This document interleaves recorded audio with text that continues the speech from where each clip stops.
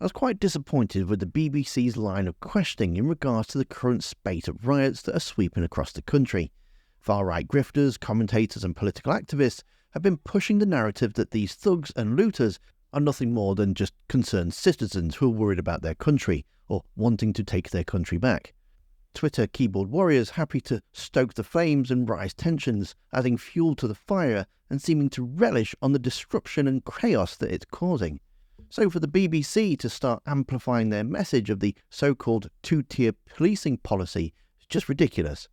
I was quite pleased with the Justice Minister for calling out, these aren't protests, these people don't have a point. These aren't concerned citizens worried about their country, these are thugs, hooligans and extremists looking for an excuse to riot. The BBC should be doing their part to call out the people behind it all, the people that are using their excessive platforms to rile people up. So I'm glad that she called out the BBC's nonsense. One of the concerns too is this apparent so-called two-tier policing. We know yesterday Met Commissioner Mark Rowley was asked by a journalist about that very issue. He grabbed the microphone and threw it to the ground. Do you acknowledge, and what do you understand this issue to be, when people talk about the perception of two-tier policing, that this is not, the policing is not applied fairly across everybody who is on the streets? How do you tackle that? And do they have a point? So I don't accept the idea that there is a two-tier policing system in this country. I think it's a completely baseless assertion and I'm not going to entertain it.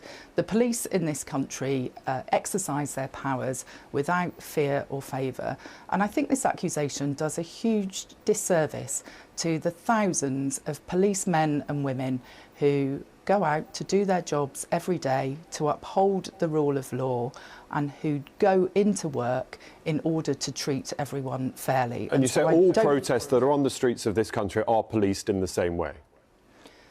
So, yes, fundamentally, the police will take operational decisions about how to police protests effectively.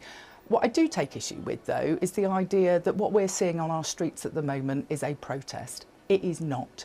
It is outright sheer criminality and violence, and that is why the individuals who are responsible for it need to face the full force of the law and face consequences for the actions that they are choosing to take. There may have been more than one reason that Sunak had to go for an election in July, and finances might have been it. So you can see what that's all about in the video that's on screen now. Thanks for watching. Don't forget to hit that like button, and I'll see you next time.